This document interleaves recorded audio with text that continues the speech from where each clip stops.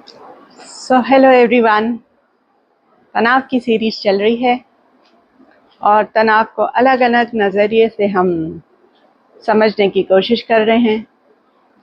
तो आज एक बहुत ही दिलचस्प तरीका बताने वाली हूँ मैं, स्पेशली गृहिणियों के लिए, फॉर द फीमेल्स। क्या कभी आपने सोचा है कि जब आपने अंडा बॉईल किया है तो आप उसे अनबॉईल कर सकते हैं? जी हाँ, आपने ठीक सुना है।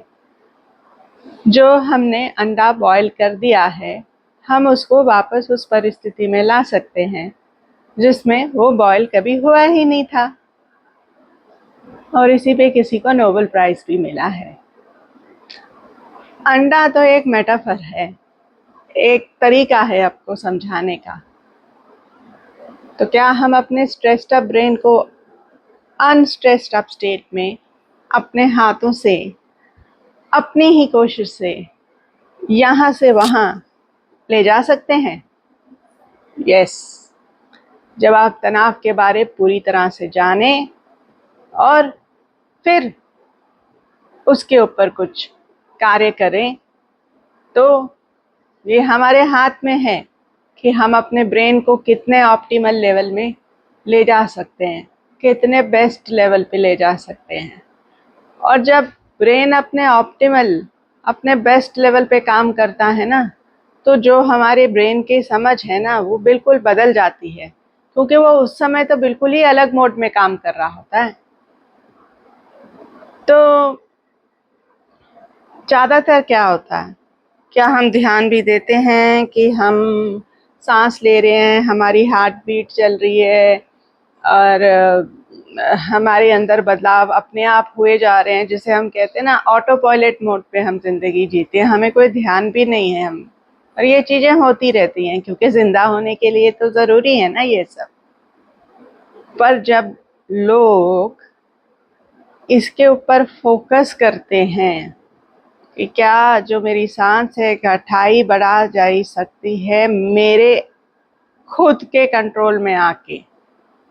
अगर तनाव होगा तो हार्ट रेट भी बढ़ेगा, बीपी भी बढ़ेगा, सांसें भी बढ़ेंगी।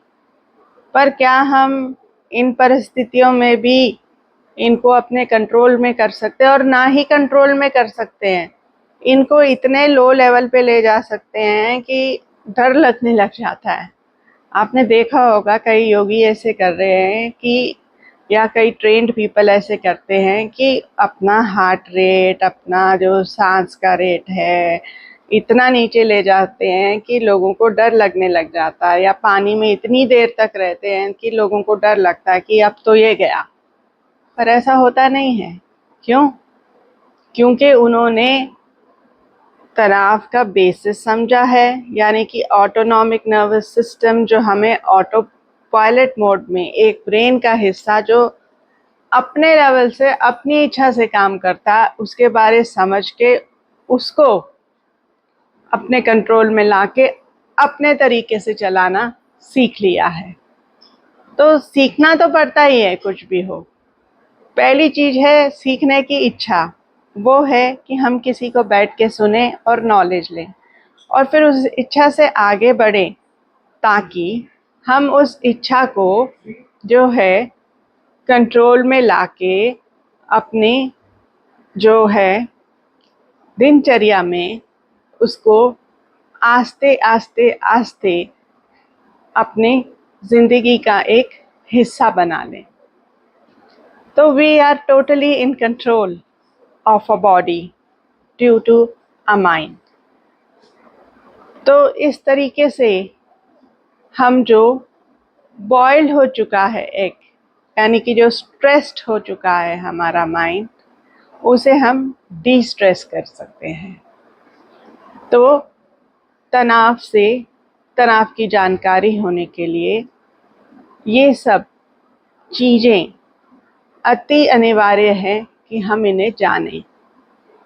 अब अगर आप देखें तो आपकी हार्ट बीट, आपका ब्लड प्रेशर, आपकी सांसें, ये सब तो बॉडी में हो रही हैं, पर कंट्रोल कहाँ से हो सकता है? आपके माइंड से, आपके ब्रेन से। तो ब्रेन का ही हिस्सा है जो आपको तनाव में डालता है, और ट्रेन करके ब्रेन का ही हिस्सा है जो आपको तनाव से निकाल सकता है। अब इस चीज़ को सीख के जितना तनाव रहित रह सकते हैं और खुशहाल रह सकते हैं और अपने माइंड बॉडी को प्रोटेक्ट कर सकते हैं, तो क्या ये आपको हेल्प नहीं कर सकता? और फिर जब सारा खेल दिमाग में ही चल रहा है, तो क्या हम ये नहीं कह सकते कि there is no health without mental health? Thank you.